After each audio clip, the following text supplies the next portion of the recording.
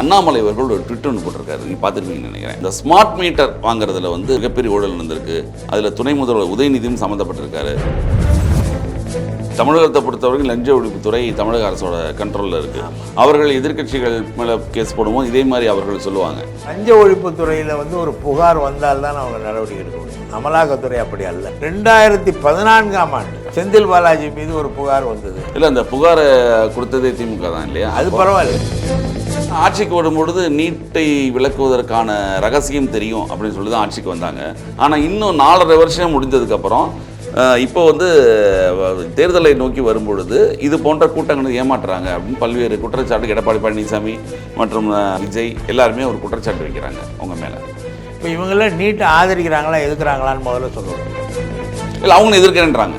எதுக்குறேன்னு சொன்னால் அவங்க நேற்று கூட்டத்தில் கலந்துக்கிட்டு இருக்கணும். ஏன் 2021 என்ன பண்ணாங்க? 4.5 வருஷம் கழிச்சு நாங்கள் 2021 ஒரு மசோதாவை நிறைவேற்றி அனுப்பினோம். அந்த மசோதாவை இதுவரை குடியரசுத் தலைவர் ஒப்புதலுக்கு அனுப்பாமல் வைத்திருந்தவர் ஆளுநர்.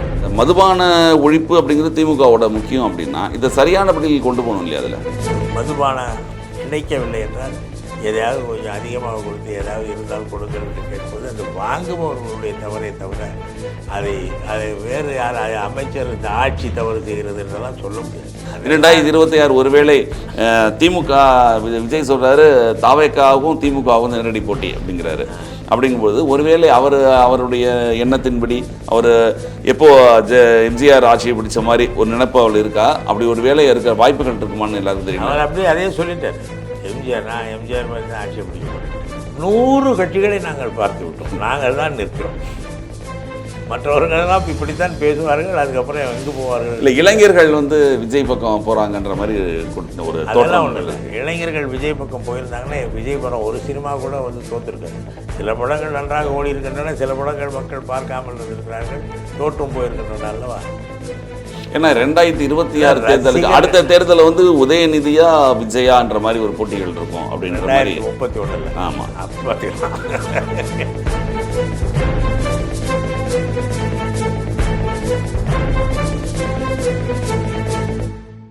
வணக்கம். இன்றைய நேர்காணல் நிகழ்ச்சியில் நம்முடன் சந்திப்ப இருப்பவர் திராவிட முன்னேற்ற கழகத்தினுடைய செய்தி தொடர்பாளரும் முன்னாள் மாநிலங்களவை உறுப்பினருமான திரு TKS இளங்கோன் அவர்களை சந்திக்க வைக்கிறோம். வணக்கம் சார். வணக்கங்க சார். திராவிட முன்னேற்ற கழகத்தினுடைய 4.5 வருட ஆட்சி இப்போ முடிய போகிறது இல்லையா? ஏன்னா இதோடு முடிய போகுது. பல்வேறு கடும் விமர்சனங்கள் தொடர்ந்து வருது, எதிர்க்கட்சிகளால் வைக்கப்பட்டது பல்வேறு விமர்சனங்கள் வருது. இப்போது சமீபத்திய ஊழல் குற்றச்சாட்டுகள் அதிகமாக வருது. இதில் குறிப்பாக அண்ணாமலை அவர்கள் ஒரு ட்விட் ஒன்று போட்டிருக்காரு, நீங்கள் பார்த்துருப்பீங்கன்னு நினைக்கிறேன். அந்த ஸ்மார்ட் மீட்டர் வாங்குறதுல வந்து மிகப்பெரிய ஊழல் நடந்திருக்கு, அதில் துணை முதல்வர் உதயநிதியும் சம்மந்தப்பட்டிருக்காரு, கூடிய விரைவில் அந்த ஃபைல்ஸ் வந்து உங்களுக்கு கொடுக்கப்படும் அப்படின்னு ட்விட் போட்டிருக்காரு. அது என்ன நடந்தது சார் இந்த ஸ்மார்ட் மீட்டர்? அது தெரியல. அதாவது இது அண்ணாமலைக்கு தான் வேலை. அதாவது இங்கிருந்து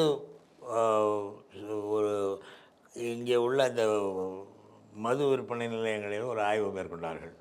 ஆய்வு மேற்கொண்டு 1000 கோடி அதில் பணம் ஊழல் நடந்திருப்பதாக, ஊழல் என்று சொல்லவில்லை, 1000 கோடி முறைகேடு இருப்பதாக அவர்கள் சொல்வதற்கு முன்னாலேயே அண்ணாமலை சொல்லிவிட்டார். எனவே இதையெல்லாம் அவர்கள் திட்டமிட்டு ஆட்களை தயாரித்து அங்கிருந்து வருகிற அமலாக்கத்துறையினரெல்லாம் அவர்களுக்கு செய்திகளை சொல்லி நீங்கள் வந்து சோதனை செய்வது போல் செய்துவிட்டு இதை சொல்லுங்கள் என்று சொல்லி அழைத்து வருவது போலத்தான் தெரிகிறதே தவிர அதில் அடிப்படை உண்மை எதுவும் இருப்பதாக தெரியவில்லை. இப்பொழுது நேரு வீட்டு சோதனையும் அப்படித்தான். 2021 ஒரு வழக்கு போட்டார்களாம். அந்த வழக்கின் அடிப்படையில் இப்பொழுது சோதனை செய்கிறார்கள்.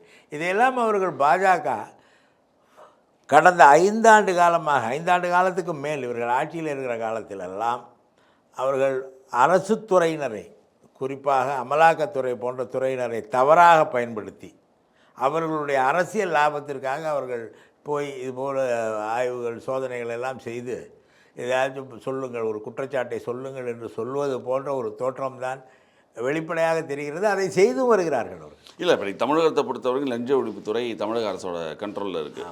அவர்கள் எதிர்க்கட்சிகள் மேலே கேஸ் போடுவோம், இதே மாதிரி அவர்கள் சொல்லுவாங்க பொதுவாக. லஞ்ச ஒழிப்புத்துறையில் வந்து ஒரு புகார் வந்தால்தான் அவங்க நடவடிக்கை எடுக்க முடியும். அமலாக்கத்துறை அப்படி அல்ல. இல்லை, இடிக்கு தனி ஸ்பெஷல் இது இருக்கு இல்லையா அவங்களுக்கு? ஆமாம், அவங்களே செய்வாங்க. ஆனால் லஞ்ச ஒழிப்புத்துறை, அது சிபிஐயோ காவல்துறையோ ஒரு புகார் வரும் பொழுது அதன் அடிப்படையில் விசாரிப்பார்கள். இவர்கள் வந்து ஏதோ ஒரு புகாரை, எந்த ஆண்டிலோ நடைபெற்ற புகார், இப்பொழுது அவங்க விசாரிக்கிறதெல்லாம் இந்த ஆண்டில் நடைபெற்ற புகார் அல்ல, 2021. அப்பொழுது திமுக அப்பொழுது தான் ஆட்சிக்கே வந்திருக்கிறது. அதுவும் ஆட்சிக்கு வருவதற்கு முன்னாலா வந்ததுக்கு பின்னாலா என்ற தேதியை பார்த்தால்தான் தெரியும். அந்த புகாரின் அடிப்படையில் நேரு வீட்டில் இப்பொழுது ஆய்வு செய்கிறார்கள். அதே போல் 2014ஆம் ஆண்டு 14ஆம் ஆண்டு தான் என்று நினைக்கிறேன், அங்கே அந்த நேரத்தில் செந்தில் பாலாஜி மீது ஒரு புகார் வந்தது. இல்லை, அந்த புகாரை கொடுத்ததே திமுக தான் இல்லையா? அது பரவாயில்ல, அது இருக்கிறது வேறு. நான் என்ன சொல்கிறேன்னா, அந்த புகாரின் மீது இப்பொழுது நடவடிக்கை மேற்கொள்வதாக சொல்லி அந்த புகாரை 2016 அந்த புகார் மேலே நடவடிக்கை எடுக்கவில்லைன்னு சட்டமன்றத்தில் எல்லாம் அதுக்கப்புறம் பேசினாங்க. நீதிமன்றம் வரைக்கும் போச்சு. உயர் நீதிமன்றத்துக்கு போய் உயர் நீதிமன்றம் அந்த வழக்கே ஒரு தீர்ப்பு சொல்லி ஒரு தள்ளிவிட்டது. அந்த வழக்கில் இப்பொழுது போய் அவர் அதிமுக ஆட்சி காலத்தில் அமைச்சராக இருந்தவர், அவர் அந்த வழக்கில் இப்பொழுது போய் கோட்டையிலே சென்று அவருடைய அறையை சோதனை செய்கிறார்கள் என்றால் இது யாரை ஏமாற்றுவதற்கான வேலை? இல்லை, அப்படின்னு தான் அவருடைய தம்பி 2 வருஷமா வெளில தலைவர் இப்போ தான் ஆஜராக உடனே பெயில் வாங்கிட்டு வெளில வந்துட்டார். அதெல்லாம் வந்து நடைமுறை. பெயில் வாங்கிட்டு வர்றது, பெயிலில் தான் வந்திருக்காரு. வழக்கு தள்ளுபடியாகலை. ஆனால் இந்த வழக்கில் அதுலேயே ஒரு சர்ச்சை இருந்ததில்ல, இவர் மேலே குற்றச்சாட்டு நிலுவையில் இருக்கும் பொழுது இவர் அமைச்சராக்கினதே தவறு அப்படின்னு சொல்லியிருந்தது. அப்புறம் சுப்ரீம் கோர்ட் பல்வேறு கேள்விகள், நீங்கள் அமைச்சராக தொடர விரும்புகிறீர்களா அப்படின்னு ஒரு கேள்வியை முன்வைக்கிறாங்க இல்லையா? அப்படிங்கும்போது ஒரு அமைச்சர் மேலே ஒரு குற்றச்சாட்டு இருக்கும்போது அமைச்சராக தொடர்றதே தவறு அப்படின்ற மாதிரி பல்வேறு சட்ட விளக்கங்கள்லாம் தரப்பட்டது. அப்படியெல்லாம் ஒன்றும் இல்லை. இப்போ நீங்கள் டெல்லியில் முதலமைச்சராக இருந்தவர் அரவிந்த் கெஜ்ரிவால், அவர் கைது செய்யப்பட்டு பல காலம் அவர் முதலமைச்சராகவே நீடித்தார். பல அமைச்சர்கள் பாஜக ஆட்சி காலத்திலும் பாஜக அமைச்சர்களும் வழக்கு நிலுவையில் இருக்கும் பொழுதே அவர்கள் அமைச்சர்களாக நீடித்திருக்கிறார்கள். தண்டனை வந்தால்தான் அந்த பதவி அவர்களுக்கு போகும். 2 ஆண்டுகளுக்கு மேல் தண்டனை வந்தால் அவர்களால் 6 ஆண்டுகளுக்கு போட்டியிட முடியாது. அதை மனதில் வைத்து கொண்டு தான் ராகுல் காந்தி மீது ஒரு வழக்கு தொடர்ந்து 2 ஆண்டு தண்டனையை குஜராத் நீதிமன்றம் வழங்கி அதை குஜராத் உயர் நீதிமன்றமே தள்ளுபடி செய்துவிட்டது. இது போன்ற கதைகள் நிறைய இருக்கின்றன. தனக்கு பிடிக்காதவர்கள் மீது ஒரு பொய்யான வழக்கை தொடுப்பது, அதனை பிரச்சாரம் செய்வது, அதன் அடிப்படையில் அவர்களுக்கு ஒரு களங்கம் விளைவிப்பது, அப்படி செய்தாலாவது அவர்கள் அச்சப்பட்டு நம்மிடம் வந்து சேர்ந்து விடுவார்களா என்று பார்ப்பது, சேராவிட்டால் அவர்கள் அந்த வழக்கை தொடர்ந்து அவர்கள் நீட்டித்து கொண்டே போவது என்பது போன்ற நடவடிக்கைகள் பாஜக எதிலும் நேர்மையாக செயல்படாத ஒரு கட்சி. அவர்கள் எல்லா விஷயத்திலும் அவர்கள் நாடாளுமன்றத்திலே பொய்யை சொல்வார்கள். இப்பொழுது இங்கே அமித்ஷா பேசுகிறார், திமுக தேவையில்லாமல் தொகுதி மறுவரையை பெரிதாக்குகிறதுன்ட்டு. அதை வெளியே பேசுவார். ஏனென்றால் வெளியே பேசுவதற்கு யாரும் பொறுப்பேற்றுக் கொள்ளப் போவதில்லை. நாடாளுமன்றத்தில் இது குறித்து விவாதிக்க வேண்டும் என்று திமுக கோரிக்கை வைத்த பொழுது அதை நாடாளுமன்றத்தில் அதை அனுமதிக்கவில்லை. நாடாளுமன்றத்தில் பேசி பதில் சொல்ல வேண்டியதுதானே, மக்கள் அனைவருக்கும் தெரியும் அல்லவா? ஆனால் நாடாளுமன்றத்தில் இவர்கள் சொல்கிற எல்லாமே அது ஆவணமாகப்படும். அதை மீறி அவர்களால் செய்ய முடியாது. இல்லை, 40 எம்பிக்களை வைத்திருக்கிற திமுக நாடாளுமன்றத்தில் இதை பற்றி குரல் எழுப்பாமல் தனியாக இங்கே அனைத்து கட்சிகள் கூட்டம் போடுவது எதற்குன்னு ஒரு கேள்வி வருது. நாடாளுமன்றத்தில் எழுப்பினால் அவர்கள் அனுமதிக்கவில்லை. அதைத்தான் சொல்கிறேன் நான். நாடாளுமன்றத்தில் இந்த பிரச்சனையை எழுப்பினோம், இது குறித்து விவாதிக்க வேண்டும் என்று சொன்னோம். நாடாளுமன்றத்தில் பல பிரச்சனைகளை விவாதிக்க வேண்டும் என்று கேட்கும் பொழுதெல்லாம் அந்த கோரிக்கைகள் மறுக்கப்படும், நாடாளுமன்றம் ஒத்திவைக்கப்படும். எல்லா விஷயத்திலும் அவர்களுக்கு ஆபத்து என்று ஏதாவது ஒரு நினைத்தார்கள் என்றால் அந்த விஷயத்தை நாடாளுமன்றத்தில் விவாதிக்க அனுமதிக்க மாட்டார்கள். ஒரு நாடாளுமன்றம் இந்த 10 ஆண்டுகளில் நாடாளுமன்ற நாட்கள் குறிப்பிடப்பட்டு நாடாளுமன்றம் நடைபெறாத நாட்கள் அதிகமாக ஏன் இருந்தது என்றால், எதிர்க்கட்சிகளின் பிரச்சனைகளை பற்றி விவாதித்தால் நாம் மாட்டிக்கொள்வோம், சிக்கிக்கொள்வோம் என்ற அச்சத்தில் பாஜக அந்த விவாதங்களை எடுக்கவில்லை. இப்போது திமுக அமைச்சர்கள் மீது பல்வேறு குற்றச்சாட்டுகள் தொடர்ந்து வந்தாலும் ஒரு சில வார்த்தைகள், இப்போ பொன்முடி அவர்கள் மேலே ஒரு மிகப்பெரிய ஒரு குற்றச்சாட்டு வந்திருக்கு. ஒரு காணொலியில் அவர் பேசினது, கனிமொழி அவர்கள் கூட இதுமாதிரி தவறு அப்படின்னு சொல்லியிருக்காங்க. இந்த மாதிரி போய் ஏற்கனவே அவர் இந்த ஓசி பஸ்ஸெல்லாம் பேசி பல்வேறு பிரச்சனைகள் வந்து தொடர்ந்து இது போன்ற பேச்சுக்கள் வந்தால் அது திமுக அரசாங்கத்துக்கு ஒரு பெரிய கெட்ட பேர் ஆகும் இல்லையா? அதனால தான் இந்த நடவடிக்கை எடுக்கப்பட்டிருக்கு. அதனால தான் அவர் துணை பொதுச் செயலாளர் பதவியிலிருந்து விளக்கப்பட்டிருக்கிறார். இப்போது தமிழகத்தை பொறுத்த வரைக்கும் நீங்கள் வந்து இப்போ ஒரு அனைத்து கட்சி கூட்டம் ஒன்று கூட்டினீங்க, நீட்டுக்கு எதிராக தீர்மானம் நிறைவேற்றணும் அப்படின்ட்டு. ஆனால் ஆட்சிக்கு வரும்பொழுது நீட்டை விளக்குவதற்கான ரகசியம் தெரியும் அப்படின்னு சொல்லி தான் ஆட்சிக்கு வந்தாங்க. ஆனால் இன்னும் 4.5 வருஷம் முடிஞ்சதுக்கப்புறம் இப்போ வந்து தேர்தலை நோக்கி வரும்பொழுது இது போன்ற கூட்டங்களை ஏமாற்றுறாங்க அப்படின்னு பல்வேறு குற்றச்சாட்டு எடப்பாடி பழனிசாமி மற்றும் விஜய் எல்லாருமே ஒரு குற்றச்சாட்டு வைக்கிறாங்க உங்கள் மேலே. இப்போ இவங்களாம் நீட்டை ஆதரிக்கிறாங்களா எதுக்குறாங்களான்னு முதல்ல சொல்லணும். இல்லை அவங்க எதிர்க்கிறேன்றாங்க. எதுக்குறேன்னு சொன்னால் அவங்க நேற்று கூட்டத்தில் கலந்துக்கிட்டு இருக்கணும். ஏன் 2021 என்ன பண்ணாங்க? 4.5 வருஷம் கழிச்சு நாங்கள் 2021 ஒரு மசோதாவை நிறைவேற்றி அனுப்பினோம். அந்த மசோதாவை இதுவரை குடியரசுத் தலைவர் ஒப்புதலுக்கு அனுப்பாமல் வைத்திருந்தவர் ஆளுநர். அவர் செய்தது தவறு என்று இப்பொழுது தான் தீர்ப்பு வந்திருக்கிறது. இப்பொழுது யார் செய்த தவறு? ஒரு தமிழ்நாடு அரசு ஒரு மசோதாவை நிறைவேற்றி நீட் விலக்கு வேண்டும் என்று கேட்டு அதை ஆளுநர் குடியரசுத் தலைவருக்கு உடனடியாக ஒப்புதல் கொடுத்து அனுப்பி அவர்களிடம் ஒப்புதல் பெற வேண்டும். இதையெல்லாம் இவர்கள் செய்யவில்லையே. நீட் என்பது பாஜக ஆட்சிக்கு வந்த பிறகு, ஏற்கனவே கடந்த காலத்தில் நீட்டுக்கு எதிராக தலைவர் கலைஞர் அவர்கள் இருக்கும்பொழுது வழக்கு தொடர்ந்து அந்த நீட் திரும்ப பெறப்பட்டது. ஆனால் பாஜக மீண்டும் நீட்டை அமல்படுத்தி அதன் மூலமாக தமிழ்நாட்டிலே இருக்கிற கல்லூரிகளில் அந்த அவர்களுடைய மாநில அங்கே மருத்துவக் கல்லூரிகளை உருவாக்கவில்லை. தமிழ்நாட்டிலே அதிகமான மருத்துவக் கல்லூரிகள் இருக்கின்றன. இதை எப்படி கைப்பற்றுவது என்று அதையும் செய்தியை பார்த்தோம். பீகாரிலும் ராஜஸ்தானிலும் நீட் தேர்விலே எந்த அளவுக்கு முறைகேடுகள் நடந்திருக்கின்றன, எப்படி முறைகேடுகள் கேள்வித்தாள்கள். அதற்காக நம்ம மொத்தமாக நிராகரிக்க முடியும். இப்போ பல்வேறு அதுக்காக நாங்கள் நிராகரிக்கவில்லை. நீட் என்ப முன்னாலேயே நுழைவுத் தேர்வு எழுத வேண்டும் என்ற ஒரு நிலை தான் இருந்தது மருத்துவக் கல்விக்கு. அது தலைவர் கலைஞர் அவர்கள் தான் அதை அப்புறப்படுத்தி அதிக மதிப்பெண் பள்ளி படிப்பிலே பள்ளி இறுதி வகுப்பிலே அதிக மதிப்பெண் பெற்றவர்களுக்கு இடம் கிடைக்க செய்ய வேண்டும் என்று இந்த சட்டத்தை மாற்றினார்.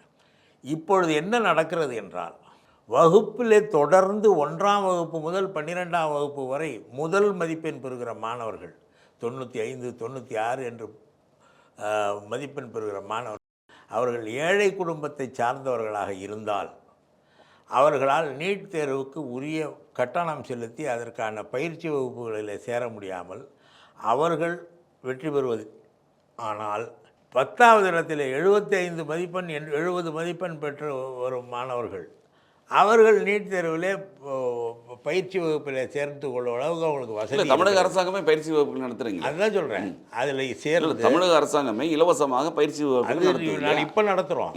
ஆனால் இந்த தற்கொலைகளுக்கெல்லாம் அடிப்படை காரணம் மாணவர்கள் ஏன் தற்கொலை செய்து கொள்கிறார்கள் என்றால், 12 ஆண்டு காலம் நான் முறையாக படித்து வகுப்பிலேயே முதல் மாணவனாக இருந்து என்னுடைய வறுமையின் காரணமாக இந்த பிரச்சனைக்கு அப்புறம்தான் அது அறிவிக்கப்பட்டது. இல்லை, அது நீங்கள் சொல்கிறீங்க. ஆனால் இப்போ 10வது தேர்வு முடிவுகள் வெளியே வருது, 12வது தேர்வு முடிவுகள் வருது. பல தற்கொலைகள் காலங்காலமாக நடக்குது இல்லையா? பல சரியாக எழுத மாணவர்கள் தோல்வியில் வந்து நீட்டுக்காக தற்கொலை செய்து கொண்ட இல்லை, அதற்கான தற்கொலைகள்லாம் இருக்கு இல்லையா? அந்த தற்கொலைகளுக்காக நம்ம அந்த இது வேண்டான்னு சொல்ல முடியாது இல்லையா? இல்லை, அப்படி சொல்லணும். இந்த நீட்டுக்காக அது வறுமையின் காரணமாக இப்போ நம்ம பெரம்பலூர்லேயே ஒரு மாணவி, அவனுடைய தந்தையார் வந்து ஆடு மாடு மேய்ப்பவர், 96 மதிப்பெண் அந்த மாணவி பெற்றிருக்கிறார். ஆனால் நீட்டிலே தேர்வு பெற முடியவில்லை. அதனாலே தற்கொலை செய்து, அதுதான் முதல் தற்கொலை நீட்டுக்காக. அப்புறம் அனிதா இங்கே இப்போ நிறைய நடந்திருக்கிறது. பள்ளி இறுதி வகுப்பில் எடுத்த மதிப்பெண்கள் அடிப்படையில் மருத்துவக் கல்லூரி தேர்வை ஏன் நடத்தவில்லை, ஏன் அப்படி தேர்ந்தெடுக்கவில்லை மாணவர்களை? இதில் நீங்கள் அரசாங்க மருத்துவக் கல்லூரிகள் இருக்குது, இதோட தனியார் மருத்துவக் கல்லூரிகள் இருக்குது. தனியார் மருத்துவக் கல்லூரிகளில் ஏகப்பட்ட கேபிட்டேஷன் ஃபீஸ் நிறையா வாங்குறாங்க. அது நேரடியாக உள்ளே நுழைஞ்சிடுறாங்க. பணம் அதிகமாக செலவழித்து மாணவன் ஒரு 50 மார்க் வாங்கினவங்க கூட ஒரு 50 லட்ச ரூபா 1 கோடி ரூபா கொடுத்து சேர்ந்துடுறாங்க. அதையெல்லாம் தகர்க்கத்தான் இந்த நீட் பொதுவாக எல்லாருக்கும் அப்படிங்கிறது தான் நீட் அப்படிங்கிறத சொல்கிறாங்களே அவங்க. அப்படி கிடையாது. நீங்கள் அங்கே அந்த விதியை வைங்க.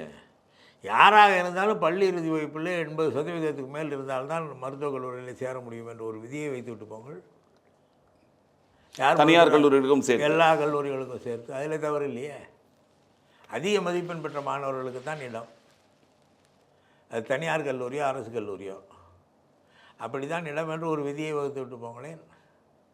அதை செய்யவில்லையே நீங்கள். முன்னால் இருந்தது, எல்லா வகுப்பிலும் நான் படிக்கிற காலத்தில் வேதியியல், இயற்பியல் மற்றும் இன்னொன்று பாட்டனி, ஜுவாலஜி, இது மூன்றிலும் 60 மதிப்பெண் இருந்தால்தான் மருத்துவக் கல்லூரிக்கு விண்ணப்பிக்கவே முடியும். 59 இருந்தால் விண்ணப்பிக்க முடியாது. இது போன்ற ஒரு விதியை வைத்து விடுங்களேன். நீட் எதற்கு? இல்லை, நீட்டை ஒழிப்போம்னு எப்படி திமுக சொன்னது? நீட்டை சட்டப்படி நாங்கள் நீதிமன்றத்துக்கு நாடி ஏற்கனவே நீதிமன்றத்திலே நீட்டுக்கு சட்டப்படி போராடுவோம்னு இப்பதான் சொல்றாங்க. ஆனா ரகசியம்லாம் தெரியும்னு சொன்னாங்க. அதற்கான ரகசியம் அதான் நீதிமன்றத்தை நாடுவது தான் அந்த ரகசியம். அதுல என்ன ரகசியம்? ஏற்கனவே நீதிமன்றத்தை நாடி நீட் ஒத்தி வைக்கப்பட்டது. ஒன்றிய அரசு, அன்றைய காங்கிரஸ் அரசாங்கம் தான் கொண்டு வந்தது. அதை அவர்கள் திரும்ப பெற்றுக் கொண்டார்கள். நீதிமன்ற உத்தரவின்படி அவர்கள் திரும்ப பெற்றுக் கொண்டார்கள்.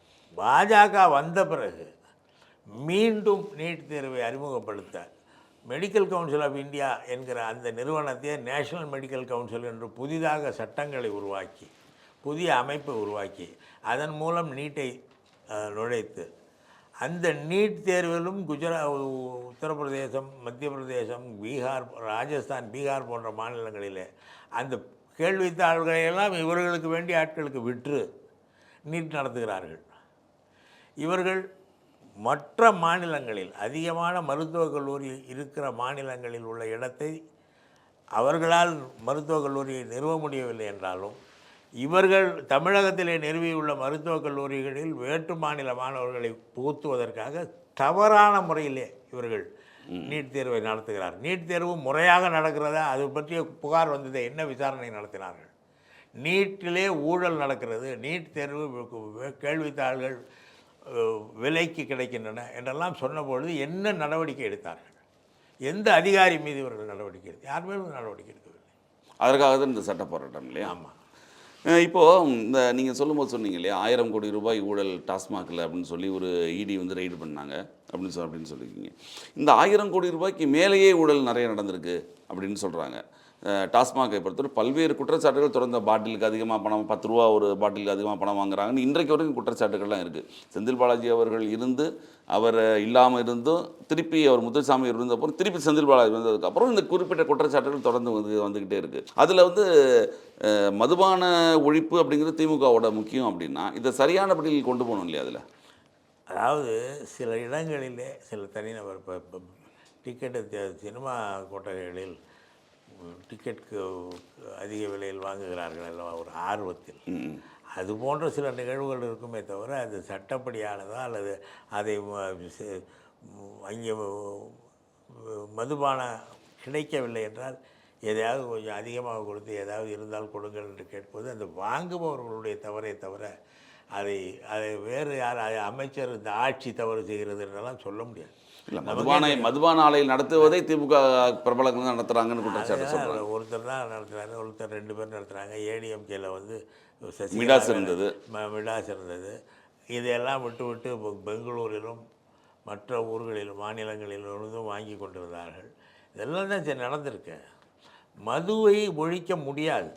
காரணம், இங்கே கிடைக்கவில்லை என்றால் ஒரு பகுதி தமிழ்நாட்டில் ஒரு பகுதி மக்கள் புதுச்சேரி செல்கிறார்கள், இன்னொரு பகுதி மக்கள் ஆந்திர பிரதேசம் செல்கிறார்கள், இன்னொரு பகுதி மக்கள் கர்நாடகம் செல்கிறார்கள், இன்னொரு பகுதி மக்கள் கேரளம் செல்கிறார்கள்.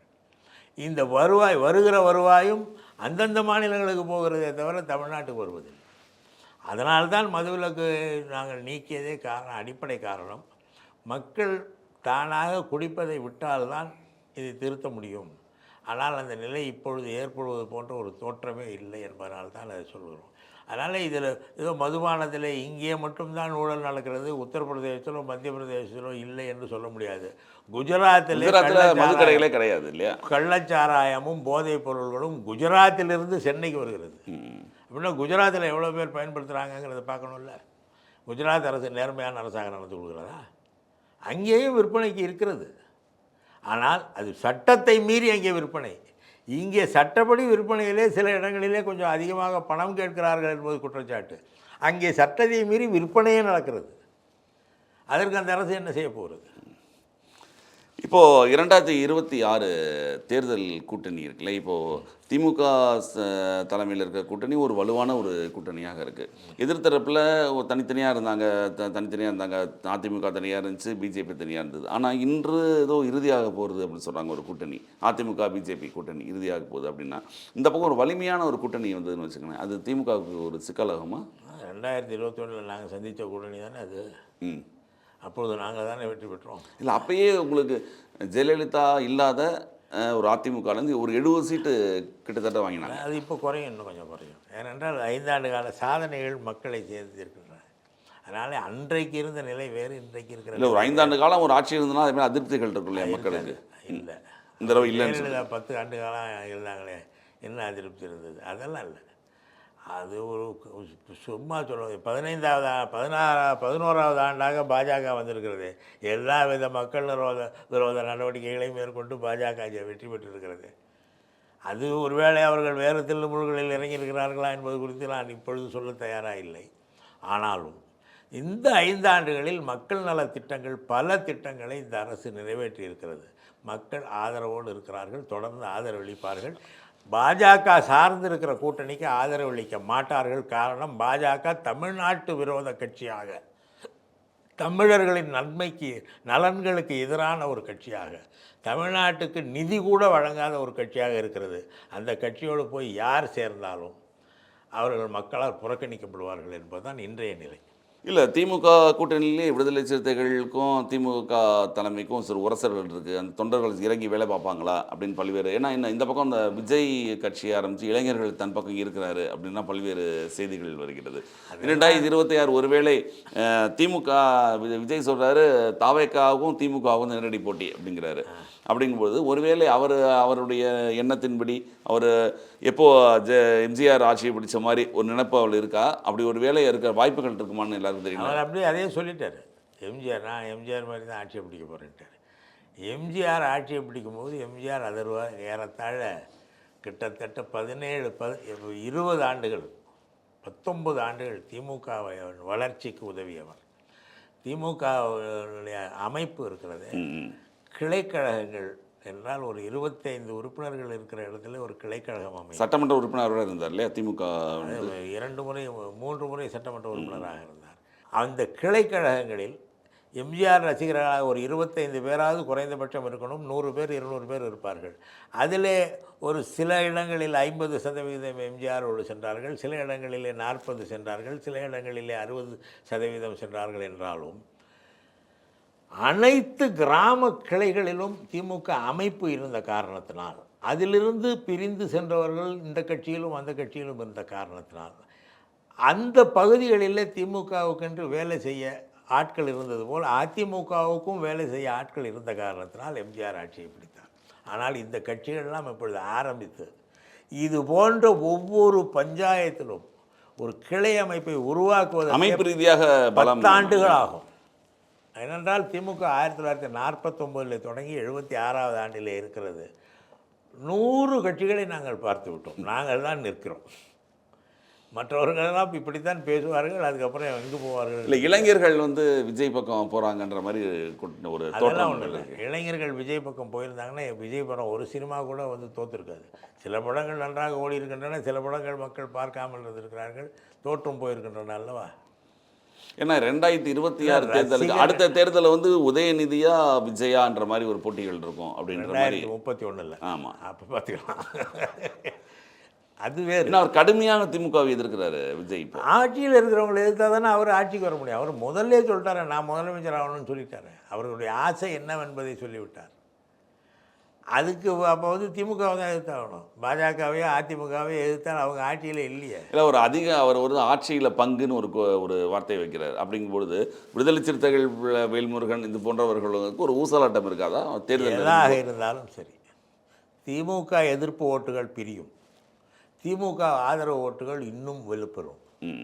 எனவே திமுகவை எதிர்ப்பவர்கள் ஒன்றாக சேர்ந்தால் ஒருவேளை திமுக எதிர்ப்பு ஓட்டுகள் ஒன்றாக சேர்வதற்கு வாய்ப்பு இருக்கிறது. இப்பொழுது திமுக எதிர்ப்பு ஓட்டுகள் விஜய்க்கும் கொஞ்சம் போகும். அது திமுகவுக்கு லாபம் தான். திமுகவுக்கு லாபமா இருக்கலாம். ஆனா திமுக ஓட்டுகள் விஜய்க்கு போகாது. அதான் அதைத்தான் கேட்குறேன். சொல்றேன். திமுகவோட ஓட்டு திமுகவுடைய ஓட்டு வாக்குகள் விஜய்க்கு போகாது. திமுக எதிர்ப்பு வாக்குகள், ஒருவேளை பாஜக ஆதரவு வாக்குகளோ, அதிமுக ஆதரவு வாக்குகளோ, சீமான் ஆதரவு வாக்குகளோ, இப்படி வேறு சில்லறை கட்சிகள் அவர்களுடைய வாக்குகளை அவர் பெறுவார்.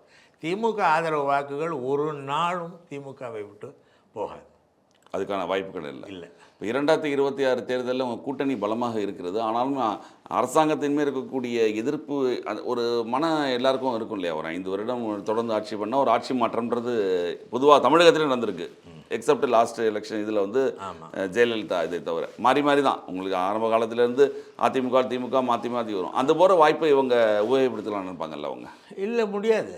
நீங்கள் 5 ஆண்டு காலம் என்ன செய்திருக்கிறோம் என்று பார்க்க வேண்டும். நாங்கள் 96லேருந்து 2001 வரை நாங்கள் சிறப்பாக ஆட்சி நடத்தினோம். முதலமைச்சர் கலைஞர் அவர்கள் இருந்து. ஆனால் 2001 நாங்கள் தோற்றதற்கு காரணம் நாங்கள் பாஜகவோடு கூட்டணி வைத்தோம் என்பது தான். பாஜகவோடு கூட்டணி வைத்து யாரும் வெற்றி பெற முடியாது. 2021 வெற்றி பெறவில்லை. அதே போல் 2019 நாடாளுமன்ற தேர்தலிலும் வெற்றி பெறவில்லை. ஒரே ஒரு இடம் கிடைத்தது அவர்களுக்கு. அதற்கு பிறகு நடந்த உள்ளாட்சி தேர்தல்களிலும் அவர்கள் பெரிய வெற்றியை பெற முடியவில்லை. தமிழக மக்களை பொறுத்தவரை பாஜகவை தங்கள் எதிரியாக பார்க்கிறார்கள். காரணம், பாஜக திட்டமிட்டு தமிழ்நாட்டின் முன்னேற்றத்தை கெடுக்கிறது. எல்லா வகையிலும் அவர்கள் வெளியிடுகிற புள்ளி விவரங்களிலே தமிழ்நாடு முன்னணி மாநிலமாக இருக்கிறது. கல்வியிலே முன்னிலை பெற்றிருக்கிறது. இன்றைக்கு பொருளாதார ரீதியாக 9.79% பங்களிப்பை செய்திருக்கிறது என்று அவர்கள் அறிக்கையே சொல்கிறது. இதெல்லாம் திமுக, இது மக்களுக்கு போய் சேர்கிறது. திமுகவின் ஆட்சி காலத்தில் தமிழ்நாடு வளர்ந்திருக்கிறது, பொருளாதார ரீதியாக வளர்ந்திருக்கிறது. ஒன்றிய அரசு நிதி தவற முடியாது என்று சொன்னால் கூட இங்கே உள்ள ஆட்சி அதையெல்லாம் மீறி ஒரு நல்ல பொருளாதார கட்டமைப்பை வைத்திருக்கிறது. பல்வேறு திட்டங்களை வகுக்கிறது. பல்வேறு நல்ல திட்டங்களை, மக்களுக்கான திட்டங்களை வகுக்கிறது. அனைவரும் கல்வி கற்க வேண்டும் என்ற ஒன்றை செய்கிறது. அனைவருக்கும் மருத்துவம் போய் சேர வேண்டும் என்று ஒன்றை செய்கிறது. அனைவருக்கும் உணவு சேர வேண்டும் என்பதற்கான திட்டத்தை வகுக்கிறது. இப்படி அடிப்படையாக மக்களுடைய தேவைகளை நிறைவு செய்கிற ஒரு ஆட்சியாக திமுக ஆட்சி இருக்கிறது. இதனால் பலன் பெற்றவர்கள் எந்த காரணத்திலும் திமுகவை தாண்டி வேறு கட்சிக்கு வாக்களிக்க மாட்டார். இல்லை, அரசு ஊழியர்கள் பொதுவாக அரசாங்க ஊழியர்கள் எல்லாமே திமுகவுக்கு தான் ஆதரவாக எப்பயுமே வாக்கு காலங்காலமாக தபால் ஓட்டுகளே திமுக தான் முன்னணியில் இருக்கும். ஆனால் இப்போ இந்த அரசு ஊழியர்களே மிகப்பெரிய அதிருப்தியில் இருக்காங்க. இந்த பழைய ஓய்வூதிய திட்டம்லாம் திமுக கொண்டு வரேன்னு சொல்லி கடைசி எங்களுக்கு இவங்க இந்த ஜிஎஸ்டிங்கிற வரிமுறையை அமல்படுத்தி இவர்கள் நிதி வருவதை கெடுத்து விட்டார்களே. மாநில அரசுக்கு ஏறத்தாழ மொத்த விற்பனை வரியும் மாநில அரசுக்கே உரியது. ஆனால் அந்த மொத்த விற்பனை வரியையும் இவர்கள் வசூலித்து கொண்டு தமிழ்நாட்டுக்கு நிதி தர மறுக்கிறார்கள். அனைத்து ஜிஎஸ்டியோட மொத்தம் சென்ட்ரல் எடுத்துட்டு அதை மாநிலங்கள் சமமாக பிரித்து தருது அப்படின்னு தெரில. அதை தான் நாங்கள் எங்கள் குற்றச்சாட்டு நிர்மலா சீதாராமன் அவங்க அதான் சொல்கிறாங்க. நாங்கள் குறிப்பாக சொல்கிறோம், 100 ரூபாய் வரி செலுத்துகிற உத்தரப்பிரதேசத்துக்கு 200 ரூபாய் கொடுக்குறீர்கள், 100 ரூபாய் வரி செலுத்துகிற தமிழ்நாட்டுக்கு 27 ரூபாய் கொடுக்குறீர்கள் என்று சொன்னோம். அதற்கு மறுப்பு சொல்லவே இல்லையே. இது போன்ற விஷயங்களை நாடாளுமன்றத்தில் அவர்கள் என்றைக்காவது விவாதித்திருக்கிறார்களா? அனுமதி கொடுத்திருக்கிறார்களா? நாடாளுமன்றம் என்பது ஆளுங்கட்சிக்கு மட்டும் உரிய அவையா? மக்களால் தேர்ந்தெடுக்கப்பட்ட மற்ற நாடாளுமன்ற உறுப்பினர்கள் என்ன அவர்கள் எழுச்சவாயர்களா அல்லது ஏமாளிகளா அல்லது அவர்களுக்கு உரிமை இல்லையா? எந்த முக்கிய பிரச்சனையும் நாடாளுமன்றத்திலே அவர்கள் பேசுவதில்லை. பேசுவதற்கு அச்சப்படுகிறார்கள். அது மக்களுக்கு தெரிகிறது. அது 2026 தேர்தலில் நமக்கு என்னென்னு தெரியும் இல்லையா? கண்டிப்பாக. மிக்க நன்றி. தமிழக அரசியல் நிலவரங்கள், உங்கள் கூட்டணிகள் பற்றி எங்களை விளக்கியதுக்கு மிக்க நன்றி. நிகழ்ச்சியில் வந்து கலந்து கொண்டு தங்கள் மேலான கருத்துக்களை தெரிவித்தது. இந்த வாய்ப்பை வழங்கிய உங்களுக்கு மிக்க நன்றியை தெரிவித்துக் கொள்கிறேன்.